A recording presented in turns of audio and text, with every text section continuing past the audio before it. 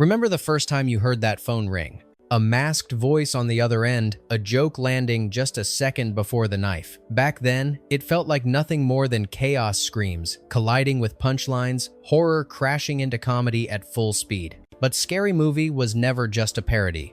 Behind the flying limbs, the crude jokes, and the laughter that hit harder than the scares, there was a production built on risky decisions, near misses, and moments that almost collapsed the entire film before it ever reached theaters. Careers were gambled. Roles nearly went to completely different people. Entire scenes that defined a generation were never supposed to exist at all. What audiences saw as reckless comedy was actually controlled destruction, a movie assembled in rewrites, reshoots, and last-second calls that could have ended it just as easily as they saved it. Because buried beneath the humor, Scary Movie was a kamikaze dive into Hollywood's most profitable genre, daring to mock the very machine, feeding it, and somehow surviving the impact.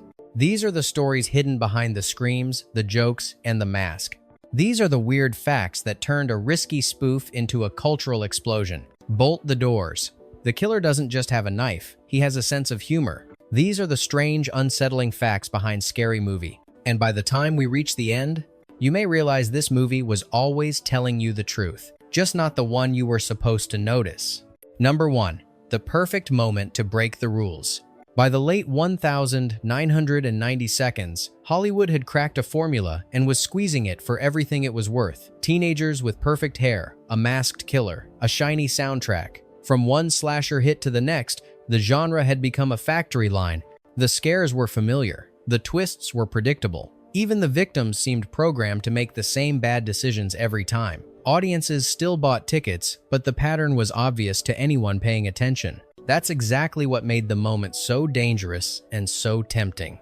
While studios chased the next serious horror hit, one group was laughing at the repetition itself. They weren't interested in topping the scares or inventing a scarier mask. What caught their attention was the absurd logic beneath it all. The way characters heard a noise and walked toward it. The way killers appeared exactly when the music swelled. The way every movie pretended it was smarter than the last, while following the same rules. Instead of playing the game, they chose to expose it. The idea wasn't subtle. It wasn't respectful. It was designed to run straight at the genre, rip the mask off, and dare the audience to recognize what they'd been cheering for years. This wasn't meant to be another horror movie. It was a mirror, and mirrors make people uncomfortable. At a time when slashers were printing money by taking themselves seriously, Scary Movie did the unthinkable. It laughed first, and that decision alone put the entire project at risk before a single scene was shot. Number 2. Two identical ideas. One studio panic. What most people don't realize is that Scary Movie wasn't born from a single clean vision. It came from collision. In the late 90 seconds, two completely separate writing teams, unaware of each other, landed on the same idea at nearly the same time, a full-blown parody of the slasher boom. One script came from the creative circle that would eventually shape the film we know. The other arrived under a different banner, carrying a title that was already mocking the genre before a page was read. By sheer bad luck, both scripts ended up on the same studio desk within weeks. Suddenly, the project wasn't just about comedy anymore. It was about lawsuits, credit disputes, and the kind of legal headache studios fear most two creators claiming ownership of the same concept. Choosing one meant risking a court battle with the other. So the studio made a decision that had nothing to do with art. They bought both. Instead of gambling on originality, they gambled on control. One script was absorbed, the other was folded in. Writers who would never actually collaborate were suddenly linked by contracts and credits. When the dust settled, official rulings ensured everyone's name stayed attached, even though only one creative direction survived. Scary Movie didn't emerge from inspiration alone. It was assembled through strategy, caution, and corporate fear. A movie born not just from jokes, but from a studio, choosing the safest possible way to avoid being sued. And somehow, out of that compromise, something far more reckless was allowed to exist. Number 3. The role that almost broke the movie. Casting the killer wasn't the problem. Neither was the clueless boyfriend or the disposable victims. The hardest role to fill in Scary Movie was the one holding everything together, Cindy Campbell. She had to be believable enough to anchor the story, but never so grounded that the jokes stopped landing. Too cartoonish, and the parody collapsed. Too glamorous, and the satire lost its bite. The balance was razor thin, and audition after audition missed it completely. Some actresses leaned too hard into comedy, winking at the camera like they were in on the joke. Others played it straight to the point of stiffness, draining the absurdity from every scene. The room grew tense. The wrong Cindy wouldn't just hurt a scene, she could sink the entire film. Then someone unexpected walked in. She wasn't a rising Hollywood name. She wasn't even planning to stay in Los Angeles. In fact, she was preparing to leave the country altogether, lining up a quiet advertising job overseas. The audition was almost an afterthought. One last stop before closing that chapter of her life. But the moment she started reading, the tone shifted. Her delivery wasn't clever. It wasn't exaggerated. It was sincere, painfully sincere. She treated every ridiculous line as if it made perfect sense. Never breaking character, never begging for a laugh. The comedy didn't come from trying to be funny, it came from how real she made the insanity feel. That was the difference. By choosing Cindy, she unknowingly chose chaos over safety, comedy over comfort, and a film that could have ended her career before it began. Instead, she became the emotional core of the movie, the calm center in a hurricane of nonsense, and the decision she almost skipped became the one that changed everything. Number 4. The opening that almost never happened.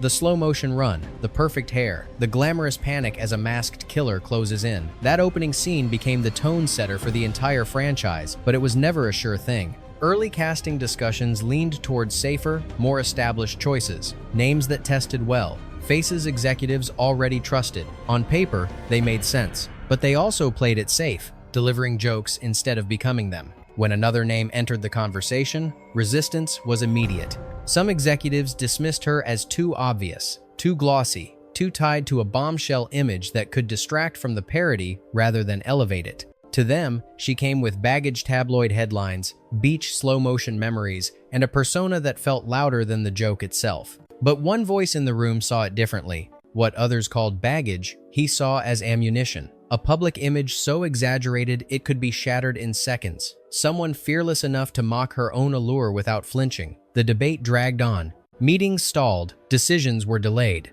The studio hesitated, hoping the problem would resolve itself. It didn't. So the director made a stand. He refused to move forward without her. No compromise. No backup plan. When filming finally began, the result was immediate. The scene didn't just work, it defined the movie. That exaggerated glamour, pushed to absurd extremes, became the visual punchline the film needed. In a single sequence, a casting risk transformed into a mission statement. Nothing in this movie was sacred. Number 5. A joke that started as a threat. Shorty Meeks wasn't just an outrageous caricature pulled from thin air. He was inspired by someone real, someone close enough to recognize himself immediately. And when the movie came out, that recognition didn't land as a compliment. The calls came fast, angry, accusatory. Legal threats were thrown around, mixed with confusion and insult. The character wasn't just exaggerated. The friend claimed it was humiliating, a betrayal, a public mockery disguised as comedy.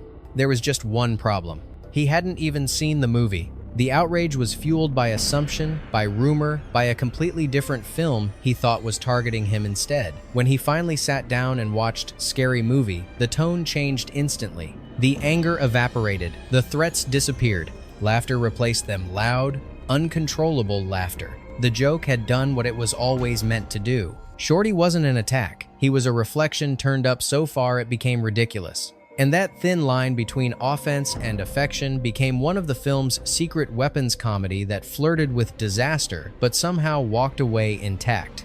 Number 6. The cameo everyone swears they saw. For years, horror fans have insisted it's there. A blink and you miss it moment. A legendary scream queen, frozen in terror, parodying her own legacy. The story spread through forums, rewatches, and late-night debates, growing more convincing every time it was retold. There was just one problem. It never happened. No cameo was filmed. No secret appearance was planned. No deleted scene existed. The myth survived because it felt true, because Scary Movie played so deeply with horror memory that audiences started inserting their own history into it. The joke didn't live on screen. It lived in collective imagination. In a way, that phantom cameo became the perfect reflection of the movie itself, a parody so embedded in genre knowledge that fans couldn't tell where the film ended and their memories began. Sometimes, the strongest gags aren't written into the script at all. They're created after the credits roll. Number 7. The scene that almost went too far.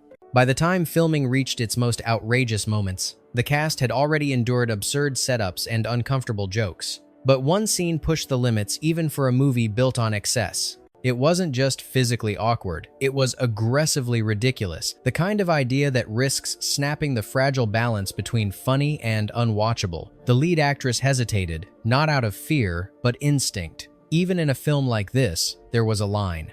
Instead of forcing the issue, the director made a deal. They would shoot the scene exactly as written, no shortcuts, no softening. Then they would put it in front of a test audience. If the room went quiet, it would be cut without argument. If the audience erupted, it stayed. The night of the screening, there was no doubt. The laughter wasn't polite, it was explosive. People doubled over, breathless, the kind of reaction you can't manufacture. The decision was made before the lights came back on. That moment stayed in the film not because it was safe, but because it worked. And it became a reminder that sometimes the only way to know where the line is to cross it and see who follows. Number 8. A pop culture moment added at the last second. One of the most quoted scenes in the entire movie wasn't even part of the original shoot. Months after principal photography wrapped, a single phrase had taken over pop culture. It echoed through commercials, hallways, late-night jokes impossible to ignore. Most films would have shrugged and moved on. This one couldn't afford to. The director called the cast back. The scene was shot quickly. No elaborate setup, no extended planning. It was stitched into the film just weeks before release, almost like an afterthought. But the effect was immediate. Audiences recognized it instantly. Laughter came before the punchline even landed. What started as a late addition became a time capsule, a frozen snapshot of exactly when the movie existed. Years later, that scene would date the film perfectly, anchoring it to a moment audiences remembered as much as the jokes themselves. It wasn't just parody anymore, it was preservation. Number 10. When the script stopped being in charge.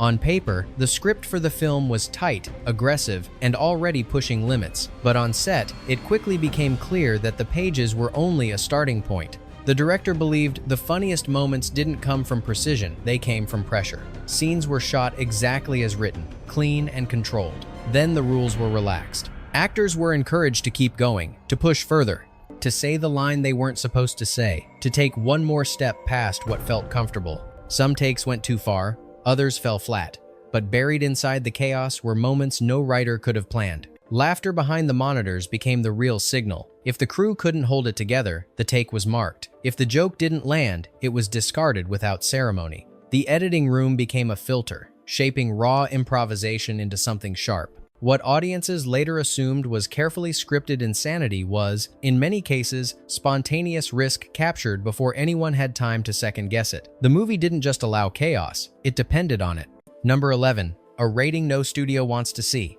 When the first cut was submitted for classification, the response came back fast and brutal. It wasn't an R. It was the rating studios fear most, the one that limits theaters, slashes audiences, and quietly kills momentum before opening weekend. The problem wasn't gore. It wasn't even language. It was tone. The film didn't blink. It crossed lines, stepped back, then crossed them again with a grin. The list of required changes was long. Certain jokes were flagged as unacceptable. Others had to be shortened, reframed, or removed entirely. What followed wasn't a creative discussion. It was negotiation. Seconds mattered. Frames mattered. Each joke became a bargaining chip. The filmmakers fought to preserve the rhythm, trimming just enough to survive without breaking the spine of the comedy. When the revised cut finally passed, the victory was narrow but real. The film made it into theaters, still dangerous, still wrong in all the ways that mattered, just controlled enough to slip past the gatekeepers.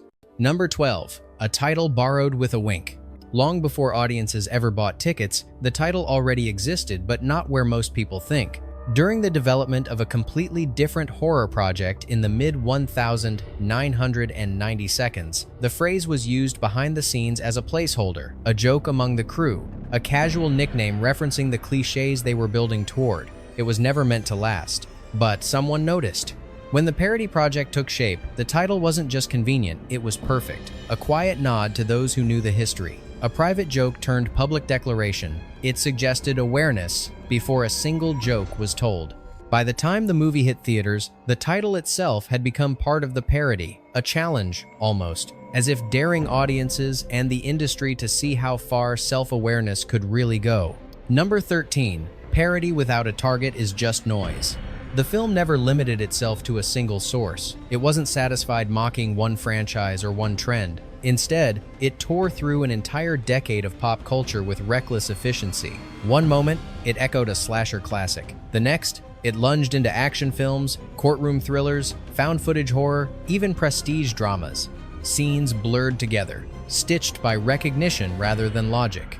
But the chaos wasn't random. Every reference had a purpose. Every borrowed image carried an edge. The jokes worked because they knew exactly what they were aiming at, not just the movies, but the habits behind them, the slow reveals, the dramatic pauses, the seriousness audiences were expected to swallow without question. By compressing an entire era into one relentless sprint, the film became more than parody. It became a distorted archive, exaggerated, loud, and uncomfortably accurate. And once audiences realized nothing was off limits, they leaned in harder. Number 14, when the critics didn't know what to do with it.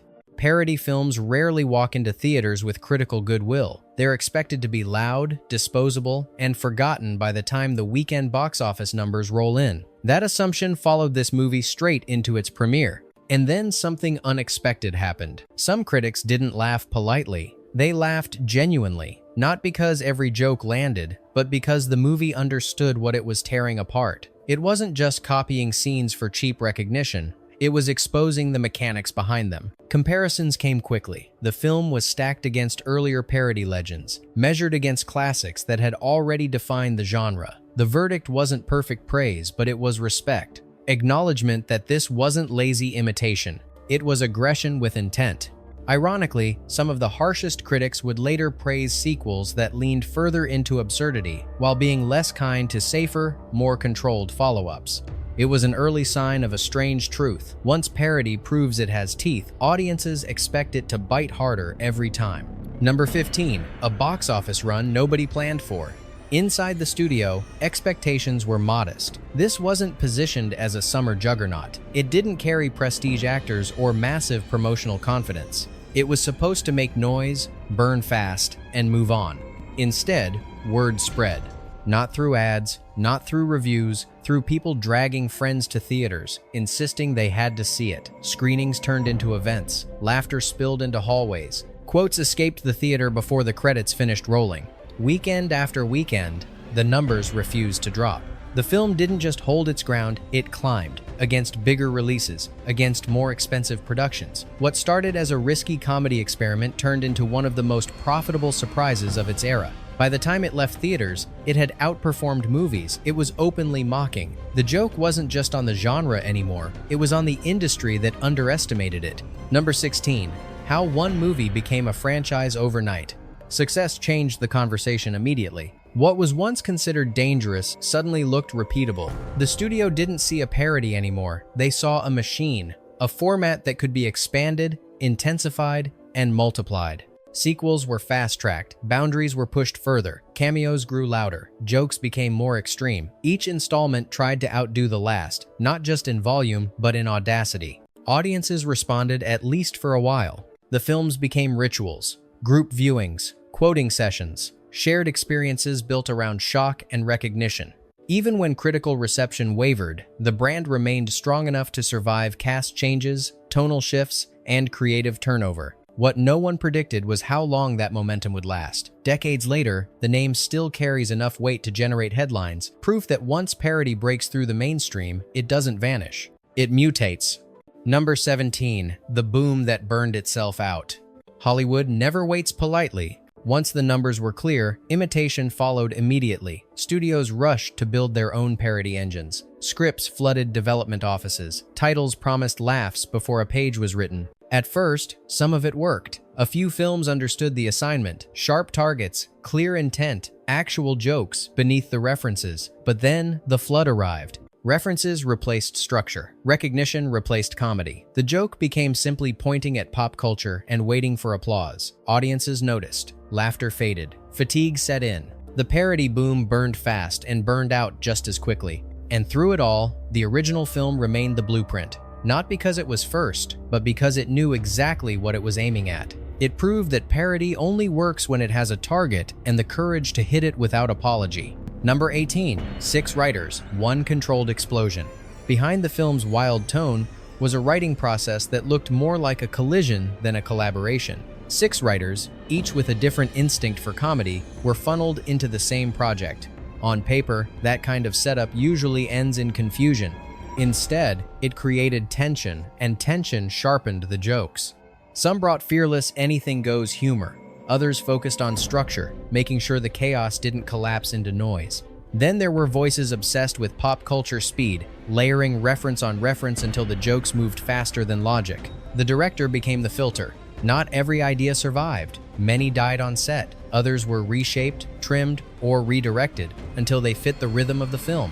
What remained wasn't a compromise, it was a pressure-tested blend. Each style clashed, then fused into something louder and more aggressive than any single writer could have produced alone. Years later, the creative paths split. Some doubled down on edge, others leaned into pure reference overload. The difference was clear. One approach aged, the other became a template. The first film captured that rare moment when too many voices didn't weaken the result, they weaponized it. Number 19. From theater screens to ritual viewing.